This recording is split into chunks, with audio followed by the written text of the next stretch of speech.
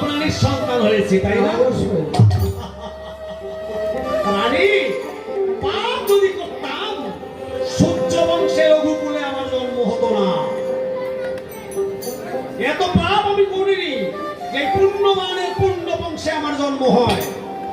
লক্ষ লক্ষ প্রজন্ম পিতৃকুলে আমার এই রঘুবংশে যারা জন্মগ্রহণ করেছে তারা অক্ষয় বৈকুণ্ঠ লাভ করেছে। আমি এমন কি পাপ করেছি যে আমার ঘরে একটি সন্তান এলো না? তাই আমি স্থির করেছি এই রাজকার্য আমি আর করবো না। আমি এবার সন্ন্যাসে যাব। ঠিক আছে প্রভু, আপনি কয়েকজন সৈন্য নিয়ে শিকার ধরে বনে যাত্রা করবেন। শিকারে যাব? তা অবশ্যই। তাহলে বনে গিয়ে আমার এই মনের যন্ত্রণাটা কিছুটা হলো। আমি অবশ্যই হবে প্রভু। বেশ ঠিক বলেছে ছোট রানী। আমি যদি রাজ্য ছেড়ে সন্ন্যাসী হয়ে যাই, হরিবল হরিবল। শত্রুরা আমার এই রাজ্য দখল করিবে নিশ্চয়। রাজ্য ছাড়িয়া গেলে পাপী আমি হব। শিকারের ফলে তাই বনে প্রবেশিব। রাজা ভাবলেন, আমি যদি রাজ্য ত্যাগ করে সন্ন্যাসী হয়ে যাই, আমার সৈন্যরা তো আমার রাজ্য দখল করে নেবে, তাহলে আমার প্রজাদের দুঃখ হবে না। শত্রুদের হাতে আমি রাজ্য দেব না। তার চেয়ে মন্ত্রীদের উপর রাজ্যের ভার অর্পণ করে আমি শিকারের ছলে বনে যাব। হরিবল হরিবল। ধন সম্পদ রাজত্বের উপর বৈরাগ্য আসিল। রাজ্য ত্যাগ করিয়া রাজা বনেতে চলিল। রাজা দশরথ মনে মনে স্থির করলেন যে আমাকে এই বৈরাগ্য নিতে হবে, কিন্তু সেটা কৌশলে। এই রাজ্য ভার আমি মন্ত্রীর কাছে অর্পণ করে শিকারের বেশে যাব। আর আমার যারা শত্রু কিংবা পার্শ্ববর্তী রাজা, তারা ভাববে রাজা শিকারে গেছে, ফিরবেই তো, কেউ আমার রাজ্য আক্রমণ করতে পারবে না। তাই রাজা দশরথ আজ শিকারের বেশে বনে যাত্রা করলেন। ওরে মৃগয়া কো ভিতে রাজা,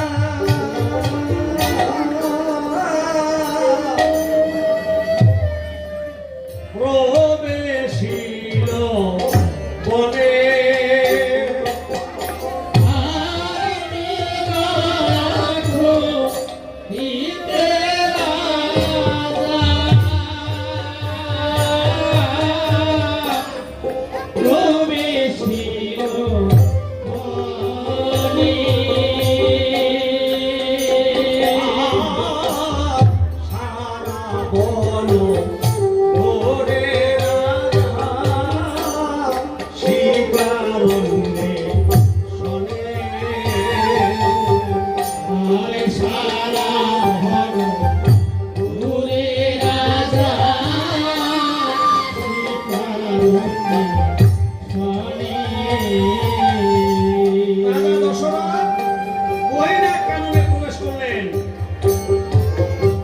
শিকারের কারণে, কিন্তু হায়ের বিধির বিধান সূত্র তীব্র হয়ে গেল।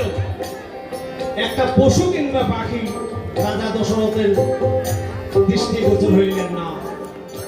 রাজা মনে মনে ভাবলেন, হে বিধাতা, কত পাপ না আমি করেছি প্রভু। আজ আমার আগমনে বনের পশু পাখিও পালিয়ে গেছে। বনে আসা বুঝি বিফল আমার, বনে আসা বুঝি বিফল হইল, বনে আসা বুঝি বিফল হইল আমার, বনে আসা বুঝি বিফল হইল। শিকার আমার মিলিল না, হে বনে আসা বুঝি বিফল হইল। শিকার আমার মিলিল না, বনে আসা বুঝি বিফল হইল। শিকার আমার মিলিল না, বনে আসা বিফল হইল।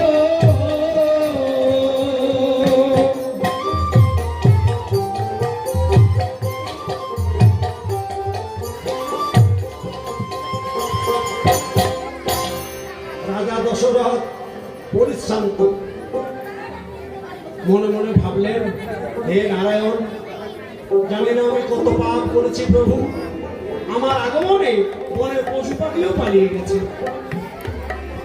বৃক্ষতলে বসিয়া রাজা রাখিয়া ধনুর্বাণ, নিজেকে ধিক্কার দিয়ে কহিছে বচন, হে জগদীশ্বর, কত পাপ আমি করেছি জানি না প্রভু। আজ রাজ্য ত্যাগ করে শিকারের ছলে বনে এলাম, আমার আগমনে বনের পশু পাখি পালিয়ে গেল। মৃত্তিকায় ধনুর্বাণ রেখে রাজা দশরথ মনে মনে ভাবছে, সত্যিই আমি পাপ করেছি। যে বনেতে শিকারেতে গেলেন অযোধ্যার ঈশ্বর, ওই মানে বনে বাস করত এক অন্ধ মুনিবর। রাজা দশরথ যে বনে প্রবেশ করেছে শিকারের জন্য, ওই বনের পাশেই আরেকটি বন ছিল, সেটা হচ্ছে শ্রীফলের বন।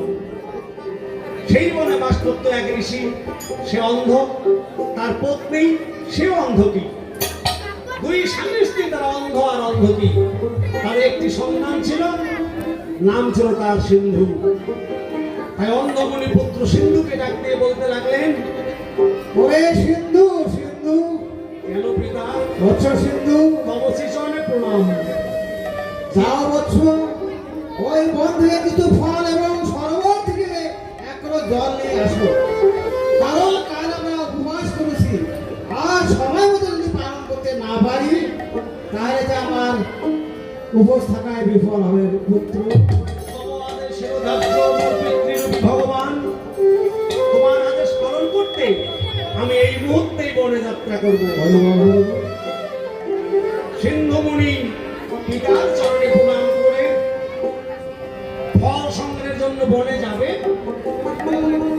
গর্ভধারিণী মা অন্ধকি পিছন থেকে ডাকছে, সিন্ধু রে, সিন্ধু, মাগো জননী, ফিরে আয় বাপ, ফিরে আয়। কি বলছো মা? আমি আমি তোকে কোথাও যেতে দেব না। তা যে হয় না মা। আজ যদি আমি ওই বন থেকে ফল এবং সরোবর থেকে জল নিয়ে না আসি, তাহলে তোরা যে উপবাস ভাঙতে পারবে না মা। ওরে সিন্ধু, মাগো জননী, ওরে আজ নিশীতে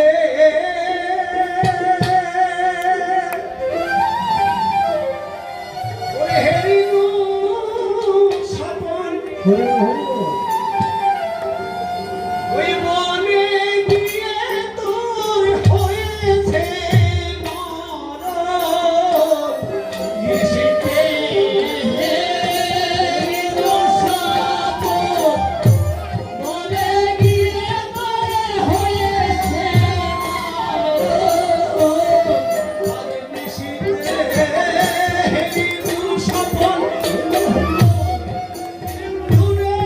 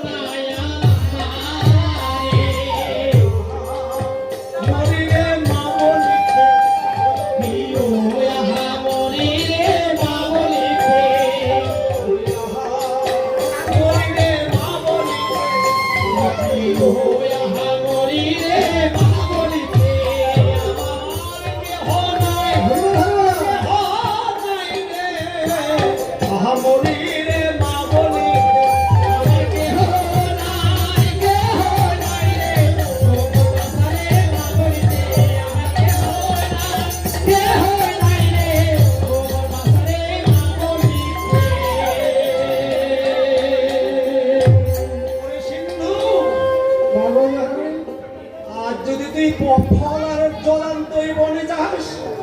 আমি যে স্বপ্নে দেখেছি ওই বনে গেলে তুই আর ফিরে আসবি না। তাহলে হয় না মা, আমাকে যে পিতৃ আদেশ পালন করতে যেতে হবে মা।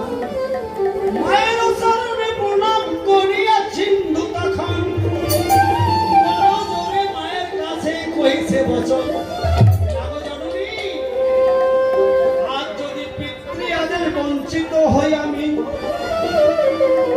মহাপাপে নরকে যাব জানো তাহা তুমি। মাগো, পিতার মুখে শুনি আসি শোনো গো মা জননী, এবার পিতৃ আদেশে মাতৃ হত্যা করেছিল পরশুরাম, শাস্ত্রে আছে প্রচার। পিতৃ আদেশে পরশুরাম তার মাকে হত্যা করেছিলেন, তাকে দ্বিখণ্ডিত করেছিলেন। আর তার হস্তে যেটা ছিল, আমরা যাকে বলি কুঠার মানে কুড়াল, শাস্ত্রে সেটার নাম ছিল পরশু, তাই তার নাম পরশুরাম।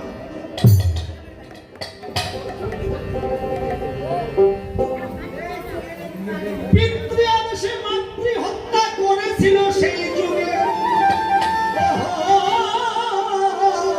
হাতের কুঠার খুঁড়িয়ে আনা পড়ে কোনো কালে। এই যে মাতৃ হত্যা করা যে পাপ, এই জন্য তার আর হাত থেকে কুঠার পড়তো না। তারপরে কি হলো, ব্রহ্মপুত্র নদে আসি তপস্যা করিয়া, অষ্টমীতে স্নান করল ব্রহ্মপুত্রে ডুবিয়া। এই যে অষ্টমী স্নানটা যে হয় ব্রহ্মপুত্র, এইটা কিন্তু নদী নয়, এটার নাম হচ্ছে নদ। এই নদে তিনি স্নান করে তার হাতের কুঠার পড়েছিল, সেই থেকে তীর্থস্থান হলো ব্রহ্মপুত্র নদ, অষ্টমীর দিনের স্নান।